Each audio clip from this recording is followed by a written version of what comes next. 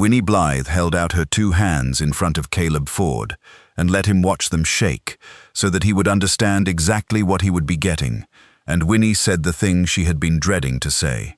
"Before you say another word about marrying, you had best look at these," Winnie said, and she held her trembling hands out into the light so Caleb could see them plainly. "They shake. They have shaken since I was 16, and they will shake till I die. I cannot sew a straight seam. I cannot pour a cup of tea without spilling half of it. I drop things. I burn things. I cannot do the fine work a wife is supposed to do, the mending and the careful cooking and the neat keeping of a house. A man wants a wife with steady hands, Mr. Ford, and mine will never be steady again. So look at them and be honest with yourself, and do not marry a useless pair of hands out of kindness." Winnie Blythe was 29 years old, and Winnie had been ashamed of her hands for 13 years, since the fever that left them shaking. Winnie had learned to keep her hands hidden, tucked in her apron, folded in her lap, out of sight, because hands that shake are the first thing people notice and the thing they judge you by, and Winnie had been judged by hers more times than she could count. Caleb Ford looked at Winnie's trembling hands, held out into the light. He looked at them for a long moment, seriously, the way she had asked him to, and then Caleb Ford did a thing Winnie did not expect. He reached out, slow, and took both her shaking hands into his own 2 steady ones, and held them, gently, so the shaking stilled a little inside his grip. And Caleb said, "Winnie Blythe, I have been listening to you list all the things these hands cannot do. Sew, and pour, and cook fine, and keep a neat house. And I will tell you the truth, I can hire every one of those things done, and never miss them. But there is one thing I have wanted for a long time that no hired hand can do for me. I have wanted a pair of hands to hold, and these hold just fine, so it seems to me I only need them for the one thing they can still do, and that is the very thing I have been missing. Good thing, too, I never did care much about a straight seam." Winnie Blythe stood very still, her shaking hands held quiet inside Caleb's steady ones, because that was not how it went. When Winnie showed people her hands, they looked away, or they pitied her, or they did the arithmetic and decided she was less. They did not take the shaking hands and hold them and call them just fine. Winnie did not know what to do with a man who did that, so she did not let herself believe it. She had been made to feel useless too many times to trust one kind sentence. I want you to understand what Winnie was really carrying, because it was heavier than a tremor. Winnie had spent 13 years being told, in 100 small ways, that hands that cannot do fine work make a woman worth less. A suitor had once left her over it. Women had shaken their heads over it, and Winnie had come to believe, all the way down, that she was a broken thing, a woman with useless hands, a poor bargain for any man, a person who has believed that for 13 years does not stop believing it because one man holds her hands in a kitchen and says they are enough. So this is the story of a woman who was ashamed of her own 2 hands, and a man who took those shaking hands and named the one thing they were made for, and of how Winnie Blythe learned that her hands were never useless at all, only aimed, all her life, at the wrong work. Remember her hands, held quiet inside his. And remember that Caleb Ford said he only needed them to hold. Before we are through, you will see the one thing Winnie's shaking hands could do that no steady hands in the county could, and you will understand that he was more right than even he knew. To understand Winnie Blythe's shame, you have to know about the fever that took her steady hands, and about the years that came after. So let me tell you, Winnie was a bright, quick girl of 16, good with a needle and a spoon and all the fine work a girl learned, when a fever came through her town. The fever nearly killed Winnie. It kept her abed for weeks, burning, and when Winnie finally came back from it, weak and thin, she found that the fever had left something behind. Her hands shook. They had not shaken before. Now they trembled, always, a fine, constant shake that she could not still no matter how she tried, and the doctor said it was the fever's work on her nerves, and that it would not mend, and that Winnie had best learn to live with it. So Winnie Blythe, at 16, had to learn to live in a body that had changed on her. And the hardest part was not the shaking itself. The hardest part was what the shaking did to how the world saw her. Because a girl was measured, in those days, by her hands, by the fineness of her needlework, the neatness of her cooking, the careful keeping of a house. These were the things that made a girl marriageable, the things a mother taught and a suitor looked for. And Winnie, whose hands now shook too much for fine needlework and careful cooking, watched her value in the world's eyes fall, year by year, as her friends married on the strength of their steady hands, and Winnie was left behind on the weakness of hers. There had been one suitor, a young man who had seemed, for a season, to care for Winnie. And Winnie had let herself hope until the day the young man's mother had taken him aside, in Winnie's own hearing, and said, plain as anything, that a man could not marry a woman who could not keep a proper house, that shaking hands would ruin the mending and spoil the cooking and shame him in front of company, and that he must think of his future. And the young man had thought of his future, and had stopped coming, and Winnie Blythe had learned at 19 exactly what her shaking hands were worth on the marriage market. Nothing. Less than nothing. A liability a sensible man was warned away from.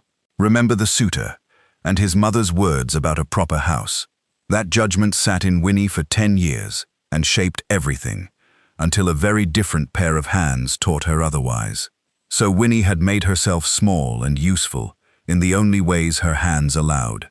She could not do fine needlework, but she could haul and carry and do the rough, heavy work that needed no steadiness, and so Winnie became, over the years, the woman who did the hard, plain labor, hiring out to households that needed strong arms and asked no fine work of her.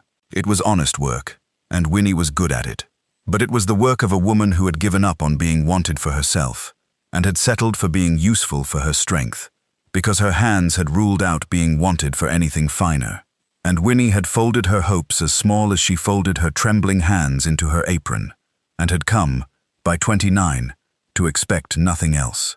Now let me tell you about Caleb Ford, and why a shaking pair of hands did not frighten him the way it frightened other men, because it goes back to his own mother, and Winnie did not know any of it.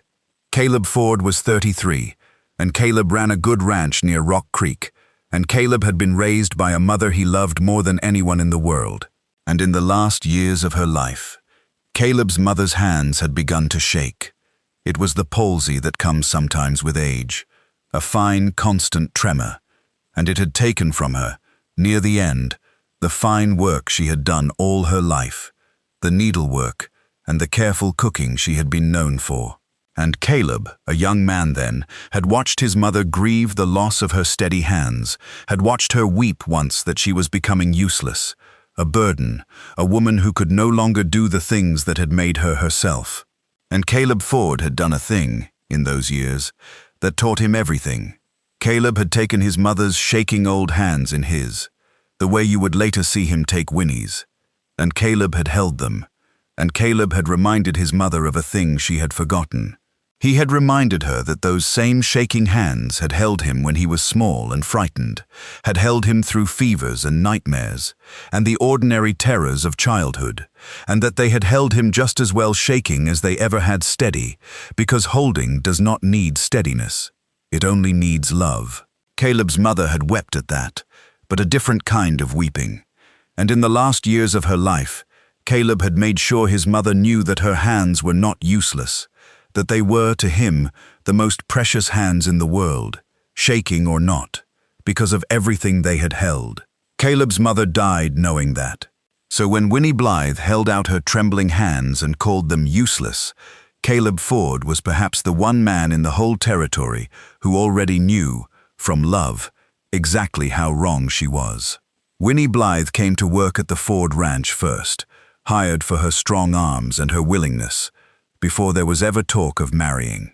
And Winnie meant to keep her hands hidden and her hopes small, the way she always did. But Caleb Ford noticed her hands the very first day, and Caleb did a thing no employer had ever done. Caleb did not pretend not to see them, and he did not pity them. He simply gave Winnie the work that suited her strength, and never once asked her for the fine work that shamed her, and never once made her feel the difference.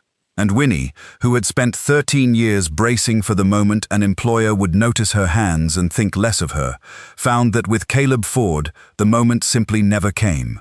It unsettled her. Kindness that did not run out unsettled Winnie, because she had no experience of it, and did not trust it. The thing that changed everything was a baby. A neighbor family, the Harmons, had a new baby that would not stop crying.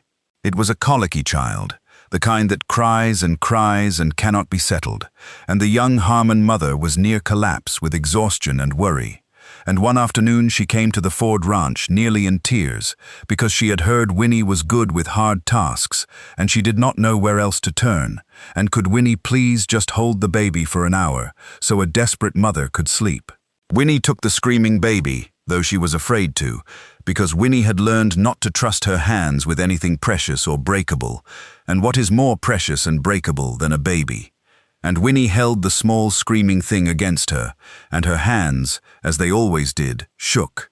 And something happened that stopped everyone in the room. The baby quieted. Winnie's trembling hands, holding the child, rocked it with a fine, constant tremble that no steady hands could make on purpose. A soft, ceaseless shaking, like the child was being carried in a rocking wagon or held against a heartbeat. And the colicky baby, that no steady hands in the county had been able to soothe, went still against Winnie Blythe's shaking hands, and hiccuped, and closed its eyes, and slept. Winnie stood there frozen, the sleeping baby in her trembling hands, not daring to move, and the young Harmon mother stared, and then wept, this time from relief, because someone had finally quieted her child. Remember that. The one thing Winnie's shaking hands could do that no steady hands could.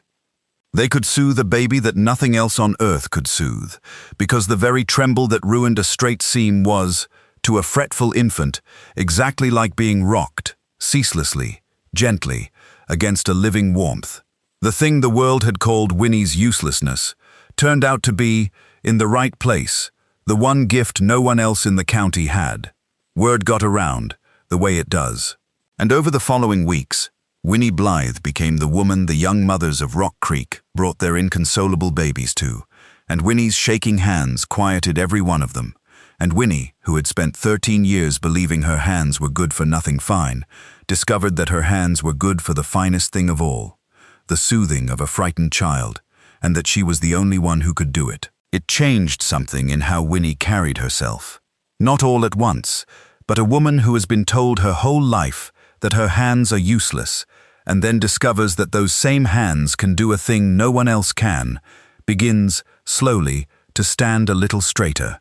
Caleb Ford watched all of this, and Caleb was not surprised, because Caleb already knew what Winnie was only learning, that hands are not for one kind of work only, and that a hand the world calls broken is very often a hand simply pointed at the wrong task.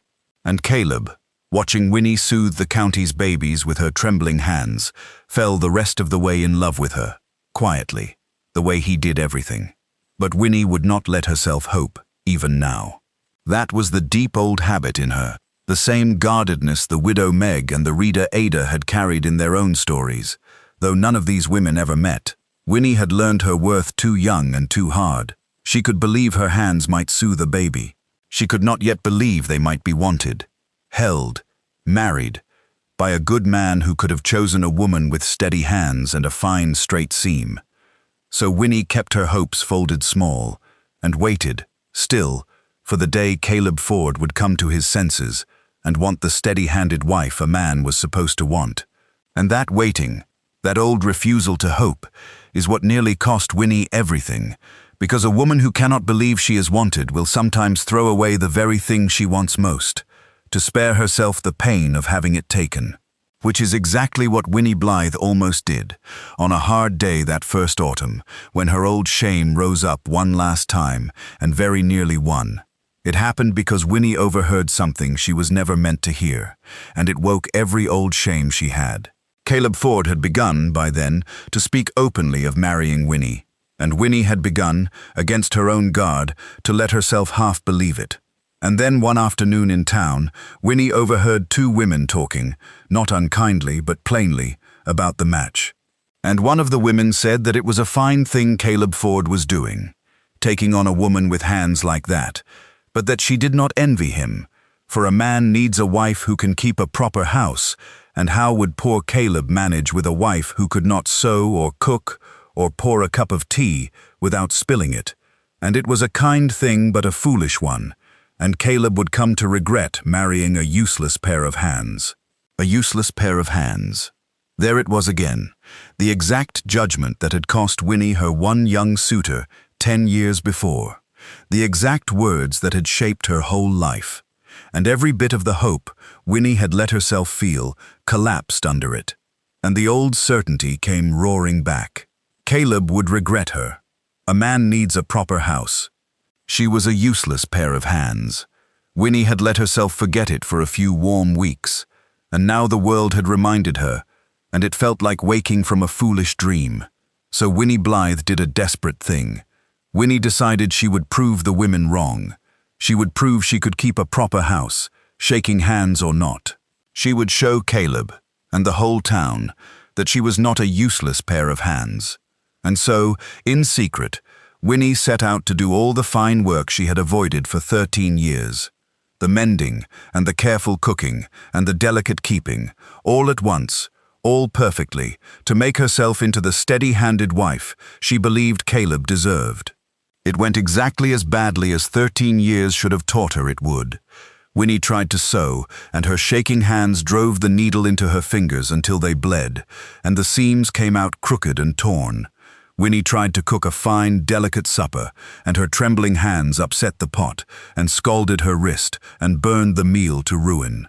Winnie tried to carry the good china, the set Caleb's mother had left, to lay a proper table, and her hands shook, and a teacup slipped, and shattered on the floor, Caleb's mother's teacup, broken into pieces at Winnie's feet. And Winnie Blythe stood in the wreckage of her own desperate effort, with bleeding fingers and a scalded wrist and a shattered teacup, and she broke. Remember the broken teacup? It was Caleb's mother's, and it lay in pieces on the floor, and to Winnie, in that moment, it was proof of everything she had ever believed about herself. She was a useless pair of hands. She could not even try to be a proper wife without leaving a trail of blood and burns and broken china behind her. And Winnie decided, standing there, that the kindest thing she could do for Caleb Ford was to leave, before she cost him anything more precious than a teacup, before he woke up married to a useless pair of hands, and came to regret it the way the town said he would. Caleb Ford came in to find Winnie on the floor amid the broken china, her fingers bleeding, her wrist scalded, weeping as he had never seen her weep. And Caleb's first thought was that she was hurt, and he went to her fast. But Winnie pulled her ruined hands away from him and said, "Don't be kind to me. Look at what I have done. I tried to be a proper wife for you, just for one day, and look, I have bled and burned and broken your mother's cup. This is what my hands are. This is what you would be marrying. The women in town are right. You need a wife who can keep a proper house, and I will never, ever be that, and I am leaving before you waste your life finding it out." And Caleb Ford knelt down in the broken china, and he did not argue with Winnie about the teacup, and he did not tell her the mess did not matter. Instead, Caleb reached out and took Winnie's ruined, bleeding, shaking hands into his, gently, the way he had taken them the first day, the way he had once taken his mother's, and he held them still, and he said, "Winnie, stop, look at me. You have spent all day trying to force these hands to do the one kind of work they were never made for, and hurting yourself doing it. And I need to tell you something I should have told you plainer weeks ago. I never wanted those hands for sewing. I never wanted them for the fine work. I have watched these exact shaking hands soothe every crying baby in this county, babies that nobody else on earth could quiet. Do you understand what that means? Your hands are not useless, Winnie. They are not broken. They were just always pointed at the wrong work by people who could only imagine one kind." Winnie Blythe knelt in the broken china with her bleeding hands held in Caleb's, and she wept, and she said, "You are only being kind. A man needs a wife who can keep a proper house. Everyone knows it. It cost me a husband once already, these hands. His mother said it plain. A man cannot marry a woman who cannot keep a proper house. And she was right, and he left.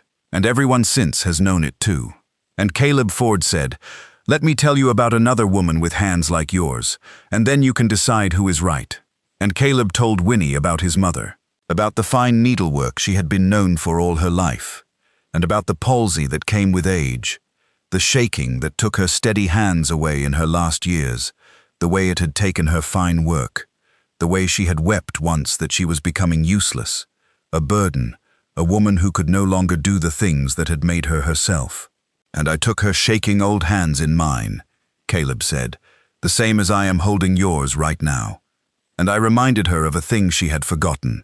I reminded her that those exact shaking hands had held me when I was small and sick and frightened, all through my childhood, and that they had held me just as well shaking as they ever had steady, because holding does not need a steady hand. It only needs love. My mother died knowing her hands were not useless.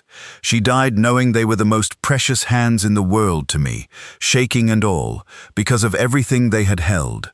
Then Caleb Ford said the words Winnie Blythe would keep for the rest of her life.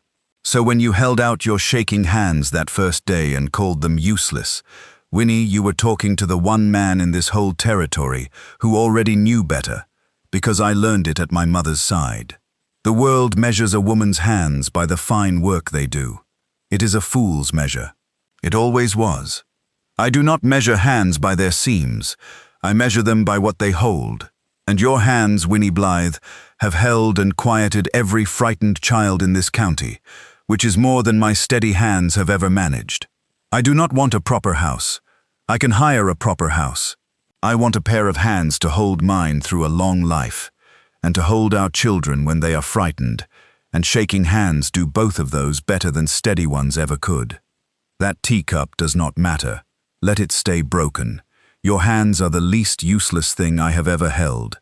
And Winnie Blythe, who had believed for 13 years that her hands made her a broken, useless, unwanted thing, knelt in the wreckage of the china and let a man hold her ruined, shaking hands and tell her they were precious, and something that had been clenched tight in her since she was 16, finally let go.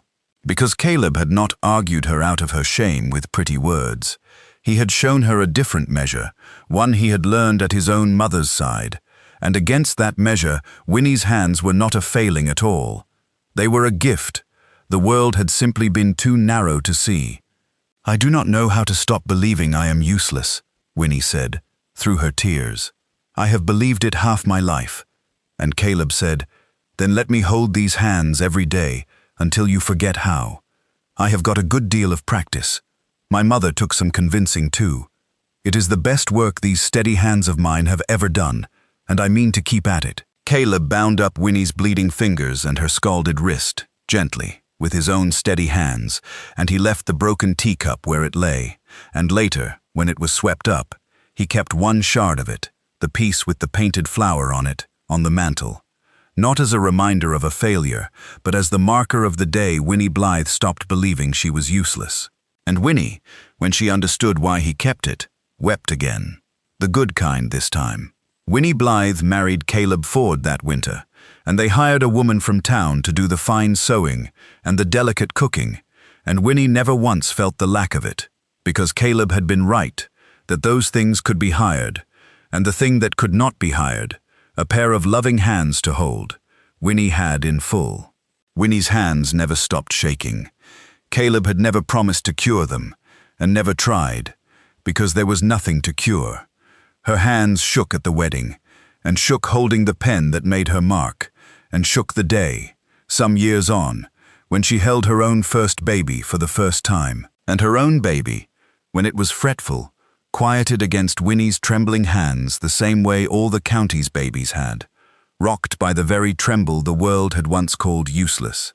And Winnie would look down at her sleeping child in her shaking hands and remember that she had once believed these hands were good for nothing, and marvel at how wrong the whole world had been. She became, over the years, something of a legend among the young mothers of Rock Creek, the woman whose shaking hands could soothe any baby alive. They brought their inconsolable little ones to Winnie Ford from miles around, and Winnie took them into her trembling hands and quieted them, every one, and never once, after that first autumn, felt the old shame about her hands again. How could she, when those hands did daily the one thing no steady hands in the county could? Remember the young suitor from long ago, and his mother's judgment that a man cannot marry a woman who cannot keep a proper house. Winnie thought of it now and then, over her long, happy life, and she did not think of it with bitterness anymore, but with a kind of wonder that a whole world had once agreed her hands made her worthless, and that it had taken just one man, taught by just one mother, to show her that the whole world had simply been measuring the wrong thing all along. And that shard of the broken teacup, the piece with the painted flower, stayed on the Ford mantel for the rest of their lives. Winnie's children grew up asking about it, the funny broken bit of china that Papa would not throw away, and Caleb would tell them it was the most important thing in the house, and would not explain why, and would only smile at their mother, who would smile back over her ever-shaking hands, the two of them keeping between them the meaning of a broken cup and a day that had turned a woman's whole life around. And sometimes, of an evening, Caleb Ford would reach over and take Winnie's shaking hands in his steady ones, and hold them, the way he had that first day, and the way he had once held his mother's, and Winnie would remember the thing she said to him at the start, when she held those hands out into the light. Sure, they would send him running. My hands shake too much to sew or cook, and she would remember what he answered, the words that had reached back 13 years and undone all of it. Good thing I only need them to hold, and Winnie Blythe would let her shaking hands rest, held and quiet and precious, in the hands of the man who had known their true purpose before she ever did.